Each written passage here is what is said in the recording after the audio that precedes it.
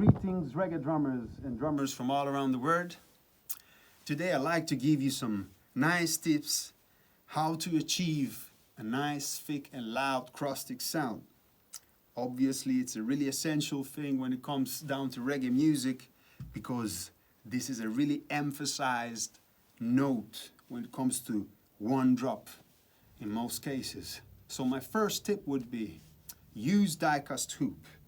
Okay, most die-cast hoops have a rounder edge, okay, and they don't only thicker than any regular hoop, but they have a rounder edge. A regular hoop has a thin edge that can quickly kill your drumstick, so you're gonna have to get rid of it and buy a new one. But it has pros and cons, okay? A regular hoop gonna leave the nice overtones of the snare drum when you're hitting it on the edge with a rim shot, which is also essential in reggae music. But it's gonna have a thinner sound, and this time we're talking about the crossstick. So if you want to reach a thicker crossstick sound, you're gonna prefer in most cases the die-cast hoop. The second tip is use high tuning, okay? The higher the tuning, the louder and the thicker the sound gonna be, okay? The hardness of the drum head and the hardness of the hoop adds up together and gonna create a nice thick volume, okay? So my third tip is to use a stick with a thicker sound. So it takes time to figure out which one sounds nicer for you, okay? It can depend on on the material, can be the length, can be also the thickness. If I would use this stick, it would sound like this. Kind of weak for reggae music. This one, I find it more powerful, okay? So you just have to figure out which one's the one that cuts through the music properly. Okay, my fifth advice is try to find a sweet spot, okay, on the drum. Obviously, if you play it like this on the edge, it's almost gonna sound like a pencil on a table, okay, really weak, really thin. It's the other way around, okay? It's kind of sound muffled and low. It cannot cut through the music, but this one in between the two, okay, there's the sweet spot, okay? This can be quite powerful, really essential. Another thing I noticed that a lot of people have some weird angles with their wrists when they put it down under the drum head, okay? So I would advise you to try to follow the angle of your arm, okay? This angle is not needed. If you just put it down like this, simple and nice, and the stick is facing east, it's better for your wrist and for your muscles, okay? And try to hold the stick in the bottom. If you try to pick it up in the middle, like this, then you're gonna feel the weight of your own hand pushing down the stick. So it's like you're working against yourself. So you don't want that. You want to try to hold it here in the bottom, okay?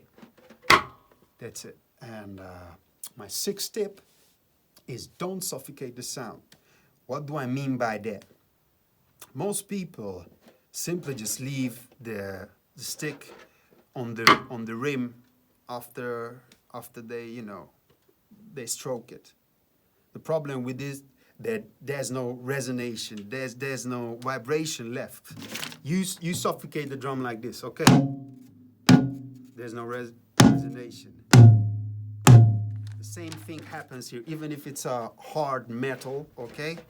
There's difference between suffocating and leaving air between the stick and the rim.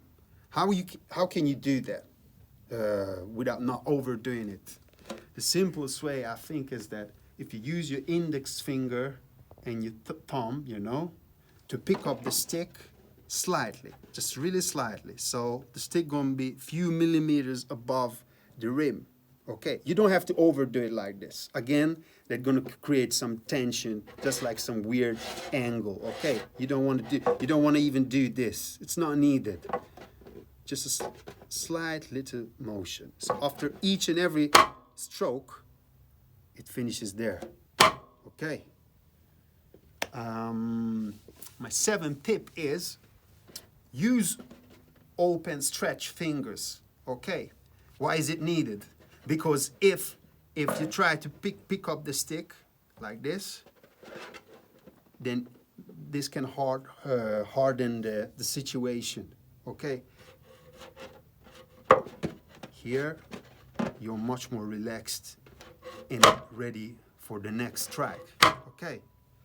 And it's all connected to my last tip, the 8th tip, which is raise your palm. Okay. If you raise your palm, then you can achieve proper volume. Obviously, if you play soft, tender music like bossa nova or jazz, it's not needed because you're only going to do this. But when it comes to reggae music, you want it to cut through the music properly, okay? Because it's so essential, so powerful. So the simplest way to do that is just like checking what's in your palm. You check it and then you put it back on the drum head, okay? Most people who leave it on the rim and use closed fingers and don't raise their palm, in a long term can have issues with these muscles and tendencies. You don't want that. You don't want no injury, okay?